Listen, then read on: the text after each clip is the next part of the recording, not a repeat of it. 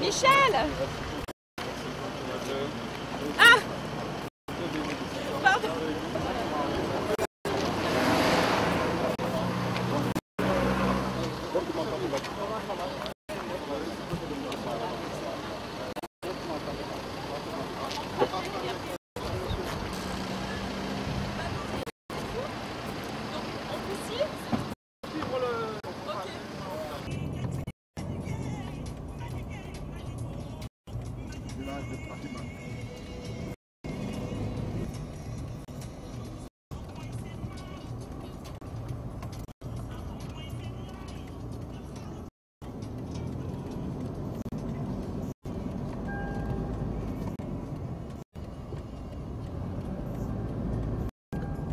Dañuy traversé dex gi fii danga ko traversé waat dex bi dem di am bool sama turandoo moom nekkoon fii fa la doon liggéey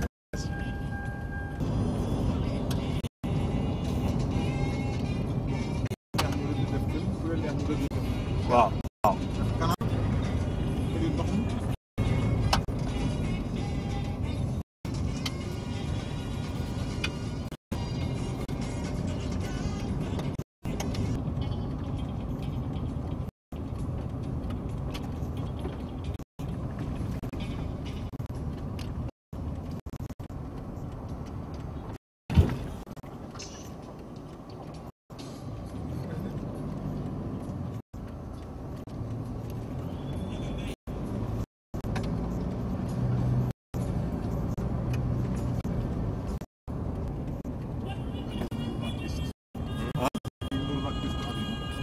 waaw fii la fii aérodrome la gisoo seen tour de contrôle bi gisoo ko gaala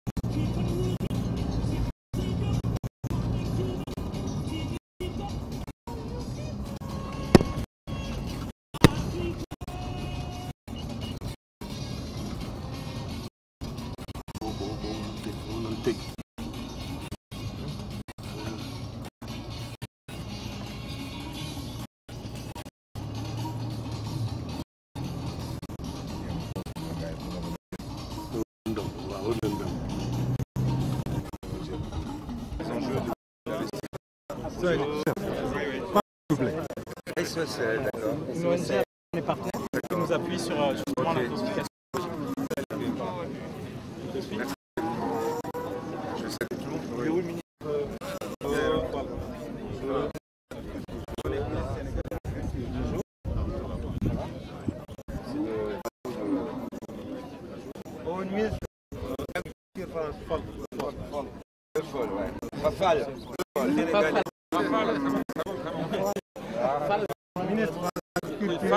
Rafale comme ministre de défense.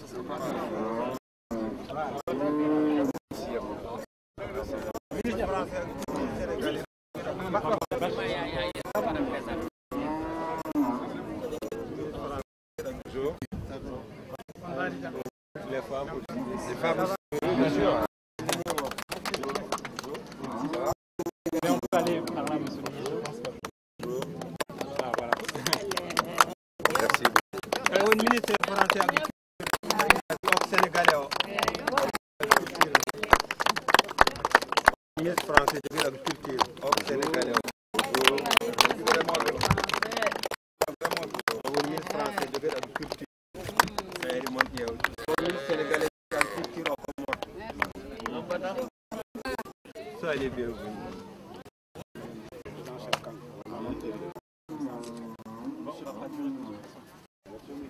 Matin et soir. Il est employé de la compagnie sucrière sénégalaise. Donc ça illustre bien quelqu'un qui est dans notre environnement, qui a une partie de ses revenus qui vient d'un un emploi dans une compagnie de grande taille et en même temps qui a son activité de fermier, d'éleveur dans ce qui lui permet aujourd'hui d'avoir également un revenu essentiel. Parce que la vente du lait, ça permet un revenu régulier et c'est relativement beaucoup. Diane va faire son discours, mais ce que je voudrais dire, c'est que en premier lieu, quand nous avons monté la laiterie il y a 8 ans environ, il n'était pas dans les premiers fournisseurs. Évidemment, la laiterie du Berger est un acheteur industriel et donc veut avoir du volume et un prix très discuté parce que c'est un 3-4 ans après, quand ils ont vu l'intérêt de la vente régulière de lait, tous les services, fourniture d'aliments de bétail, fourniture de services vétérinaires, mise en réseau, organisation des producteurs, etc., visibilité, participation, plaidoyer, parce que l'agriculture, c'est pas que du technique. Il faut aussi être capable de négocier la réglementation, de nos produits sur les marchés, etc.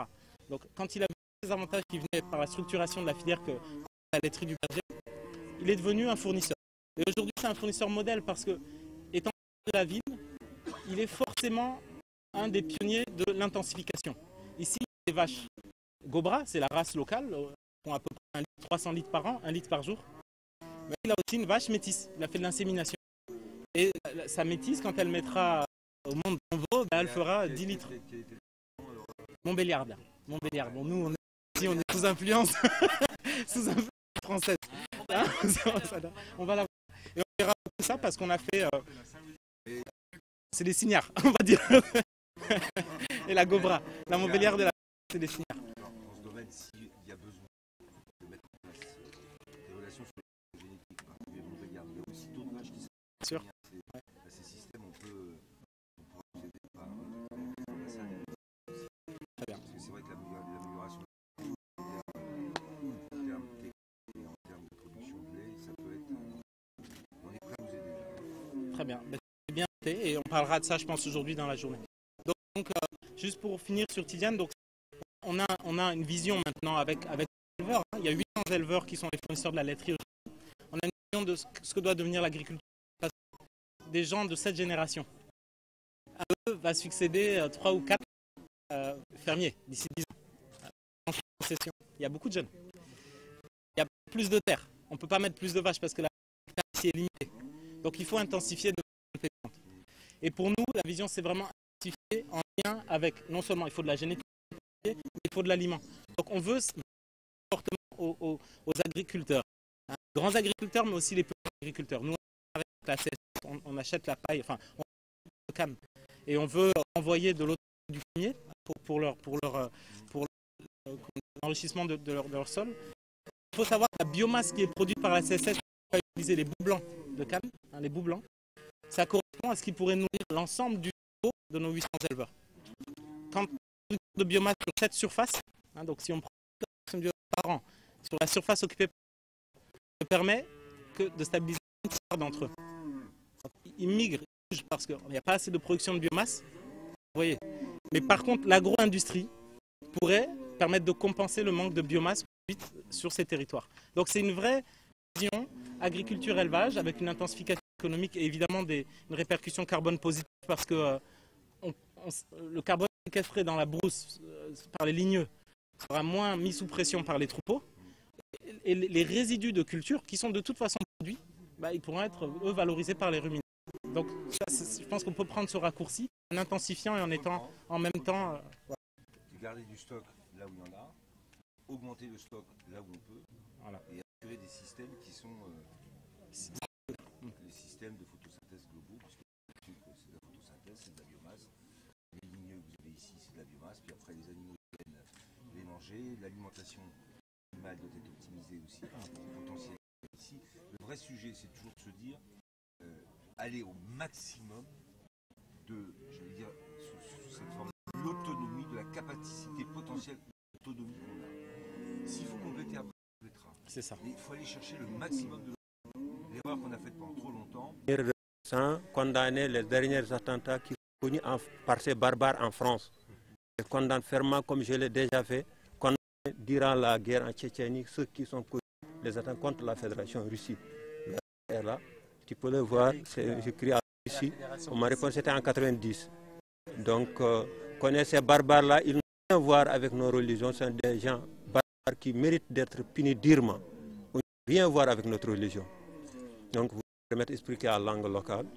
mbokk yi kontaan nañ ba monsieur le ministre seen ñëw dëkk bi ñu ngi bég bu baax seen ñëw fi ñu ngi leen di jërëjëfal coono bi parce que fii si dëkk bi dana dimbali ngeen xam ni si lanu dund ak lan nekkee ñu ngi njëkk bis yow premier ministre de l'agriculture ak monsieur le gouverneur ak monsieur le préfet ak monsieur le sous-préfet ak monsieur le maire de Mbane kontaan nañ seen ñëw fii ñun ñu ngi sant bu baax monsieur le ministre compagnie sucrière sénégalaise ak DB ñun amuñu dara lu dul compagnie sucrière sénégalaise compagnie sucrière sénégalaise moo nekk fi gudd moo nekk fi surtout si jafe-jafe ñax bu amee compagnie sucrière moo nekk fii dimbali nit yi ci ñax saison bi yëpp moom moo koy sécheresse 2015 bi boo gisee jur bi jeeku rek compagnie sucrière.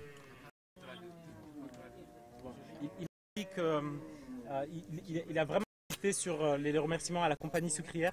Il y a eu une sécheresse l'année dernière et il dit dans ces cas-là, c'est la paille de canne de la compagnie sucrière qui sauve les animaux. Pour ceux qui sont restés ici, qui sont en transhumance, à un moment ils sont coincés, s'ils partent, les animaux meurent sur la route et donc ils vivent grâce à la paille qui sort des cannes à sucre. bu campagne sucrière ñëwee fii fekk na fii dëkk bi 5000 quand la campagne est venue ici, trouvée ici dans le Richard Toll, 5000 habitants. Actuellement, il y a 30 000 habitants à Richard Toll. C'est grâce à la compagnie sucrière. On remercie la compagnie sucrière. Dans les années 70, la compagnie est venue de trouver le village de Richard Toll était 5 000 habitants. Actuellement, la commune de Richard dépasse 130 000 habitants. Donc, la compagnie sucrière, c'est le partenaire privilégié de ces populations. Oui. Il est là pour nous encourager de rester tranquilles sans déplacer, pour permettre aux enfants d'aller à l'école, permettre aux enfants d'occuper, au lieu d'aller en Richard pour vendre de lait, ils vendent le lait sur place, ils vont permettre de gagner de temps, ça nous permettrait d'envoyer nos enfants à l'école. Si ce n'était pas LDB, obliger les femmes à aller en ville pour vendre leur lait, et les enfants pour pas aller à l'école, ils vont rester à la maison pour faire le travail qui va rester. Donc on remercie ces deux organismes-là.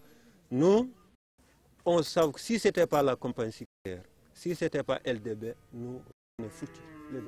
On sera autre ailleurs, peut-être à Lampedusa ou ailleurs. Donc nous le remercions.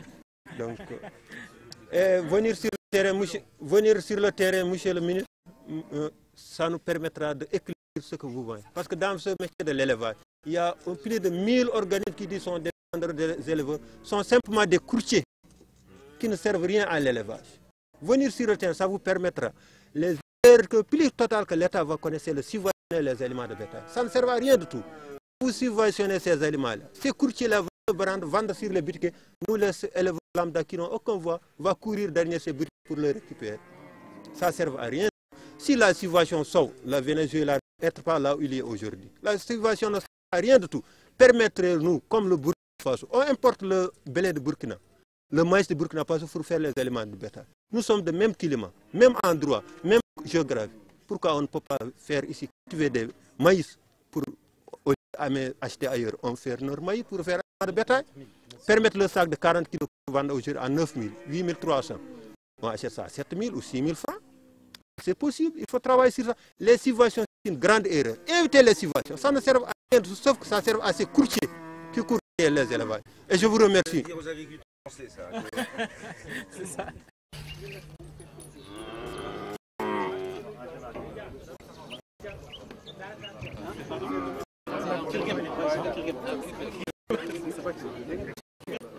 C'est la traite traditionnelle, hein. Vous voyez le système qui reste à la les femmes, celles qui font la traite. Donc elles sont très impliquées évidemment dans cette économie, ça a été derrière. Il y a des vrais changements sociaux qui sont derrière ce flux qui va vers nous. Mais on gère ça. Ça, comme a dit Tidiane, ça permet de stabiliser les familles et l'impact qu'on va avoir à la prochaine génération, c'est que les enfants auront été à l'école. Ça c'est énorme, j'espère que monsieur le ministre... C'est ça qu'il faut qu'on faire comprendre. Et une école d'agriculture. À certains, c'est que la question de l'autonomie du vivrier sans mesure qu'on a besoin de dépasser le vivrier pour arriver à l'enseignement, l'éducation, ça il y a des gens qui se trouvent. Moi j'ai toujours du mal à expliquer ça. Je veux dire, on est obligé de dégager un surplus. Oui. va être obligé de dégager surtout. La métier, c'est...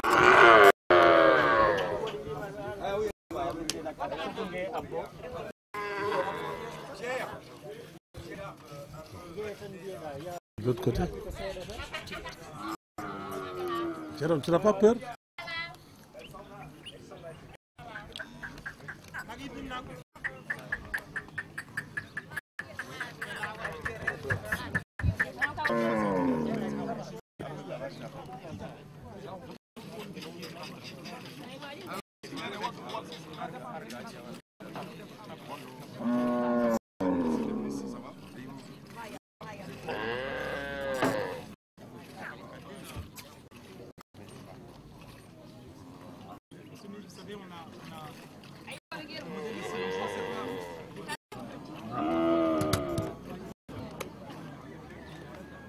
C'est donc de passer un petit trou. Sachant que le fond garde pas un volume. Disons que le revenu a grosso modo de cette passation comme ça.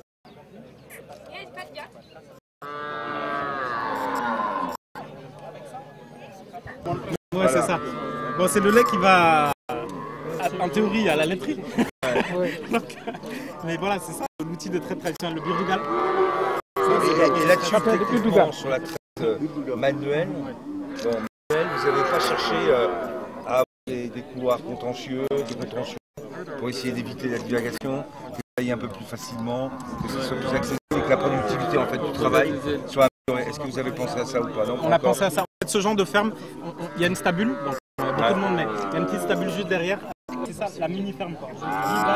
Le reste du troupeau, c'est parti justement en transgénance. Le troupeau productif doit rester sur. Ouais, d'accord. D'accord, bravo. Merci. Okay. Bravo, madame.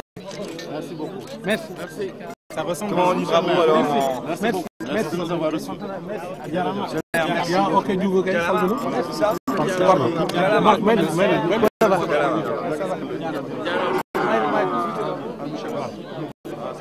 Moi j'ai le lait, je suis parti avec le lait. Au consommateur.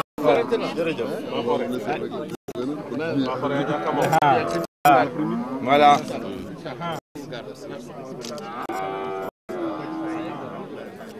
C'est ça, c'est notre marque, avec le drapeau du Sénégal.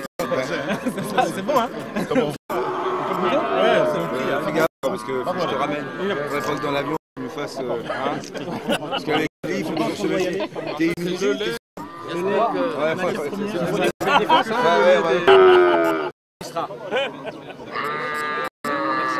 c'est bon.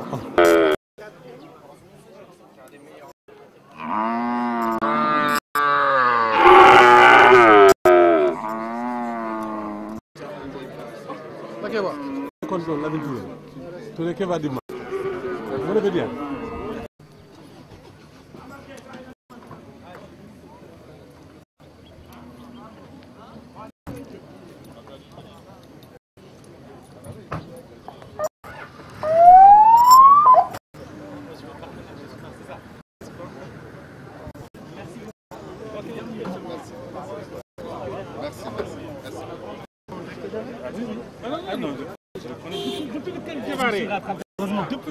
J'ai fait 8 ans à Saint-Louis.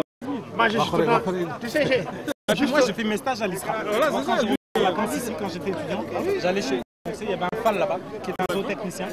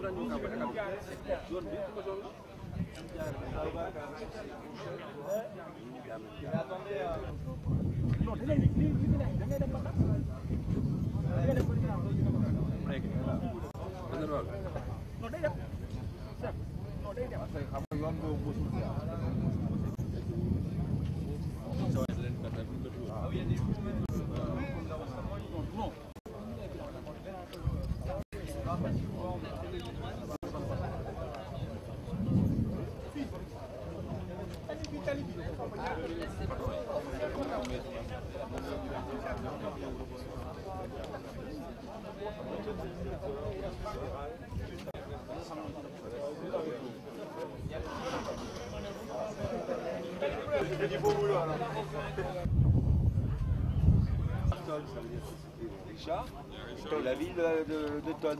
Non, de Richard plutôt. C'est toi qui as rencontré Richard.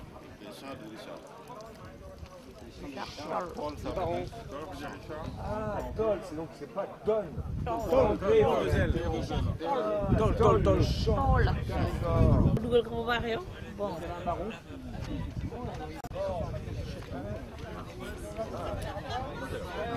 Ah? Ñu dem. Mi ngi nii dafa raxasoon loxo mi ngi ñëw. Mi ngi ñëw. Fële. Ñëwal yow ma laaj la. Kaay fii ma laaj la.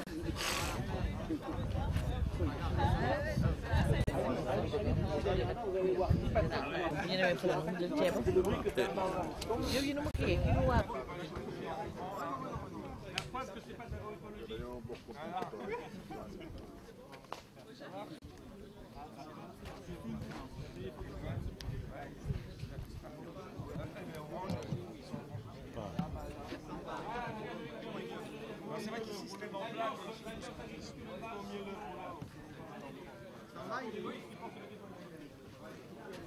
Voilà, donc ça tourne maintenant. Voilà, et bonjour et présentez-vous à notre micro. Donc je suis le directeur général de la laiterie du Berger, Bagoré Bachili. Voilà, alors donc Bagoré, une petite présentation de la laiterie du Berger.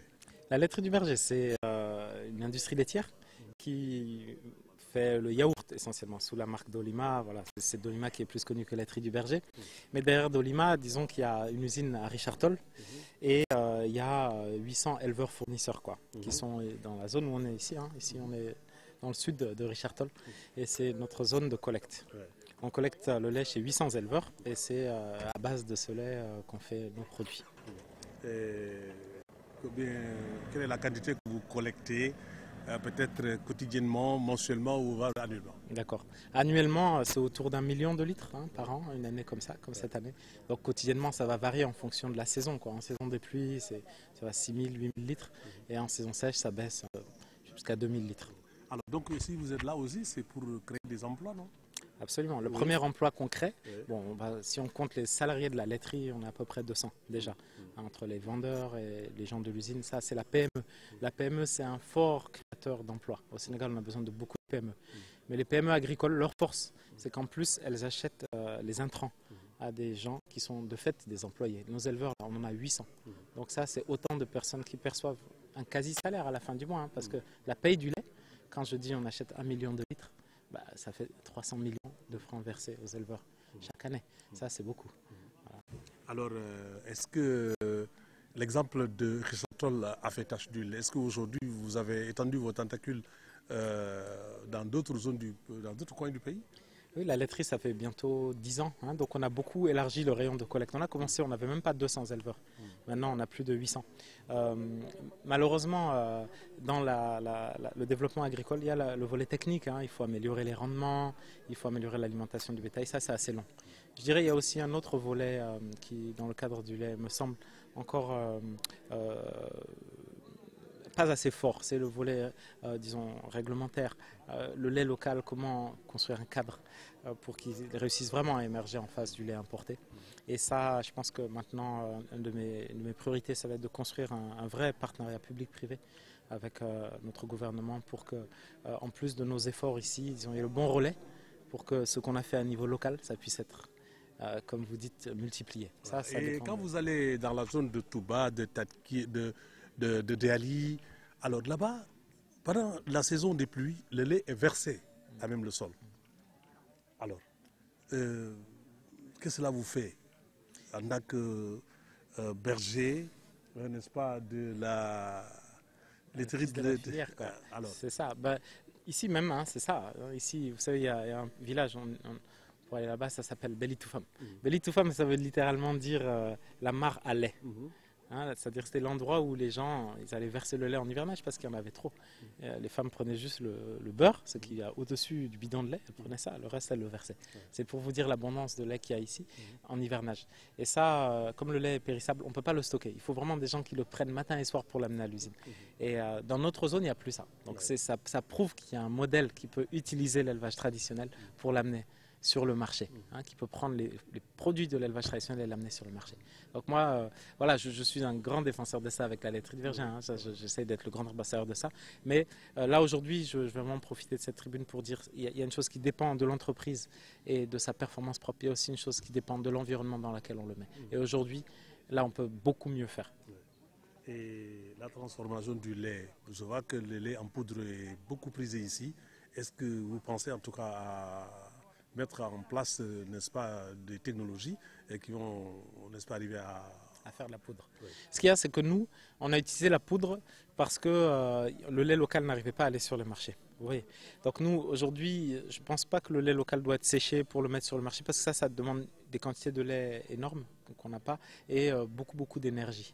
Hein, c'est très difficile de sécher. Je pense qu'il faut trouver une place pour le lait local sur nos marchés. Hein, dans le lait qu'on boit, qu'il soit en poudre ou pas, il doit y avoir du lait local. Dans le yaourt qu'on consomme, qu'il soit élaboré à partir de poudre ou pas, en tout cas, il faut qu'il y ait du lait local dedans. Et il y a une place pour ce lait-là. Mais Bakary, un bon Soninké, tu dois être riche aujourd'hui. C'est vrai, hein, on dit ça, que les Soninké, ils sont là, ils sont forts pour compter. Mais je crois que cet aspect culturel-là, ça a permis d'établir la confiance. Parce que la laiterie du Berger, c'est un grand écart entre le monde traditionnel comme ça, l'élevage du Fouta, la communauté Peul, et en même temps l'entreprise, le capital. Vous savez qu'il y a Danone dans notre tour de table, hein, les relations publiques-privées dont je parle. Donc en même temps, c'est une entreprise très moderne, qui se veut moderne, avec beaucoup de marketing, etc. Mais voilà, ça, il n'y a pas de problème. Et un peu vos perspectives je crois qu'il y a des perspectives, disons, purement économiques pour la laiterie, de maîtriser sa croissance, continuer à renforcer son équipe qui est constituée de jeunes Sénégalais, dont je suis très fier. Hein. Ça doit être un fleuron de notre industrie sénégalaise, cette boîte-là, si elle réussit. Ça, c'est le volet économique. Le volet lié à ça, qui m'est très cher aussi, c'est le volet social. Réussir grâce à un bon partenariat public-privé, c'est là-dessus qu'il faut encore beaucoup progresser. Donc réussir grâce à ce partenariat à amplifier l'impact de la laiterie sur son amont. C'est-à-dire que le succès de la laiterie corresponde aussi à l'enrichissement d'un très grand nombre d'éleveurs fournisseurs et que ça permette de montrer un modèle crédible de création de la filière locale qui pourra inspirer toutes les autres laiteries d'ailleurs. Merci Baron. Merci. Merci.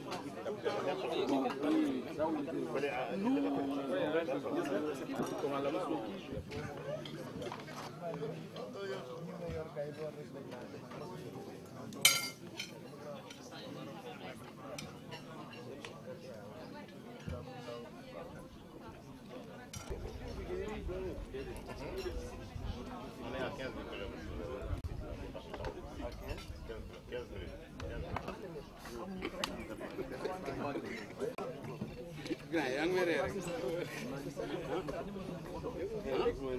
ndax baax na nañ ko rek yàlla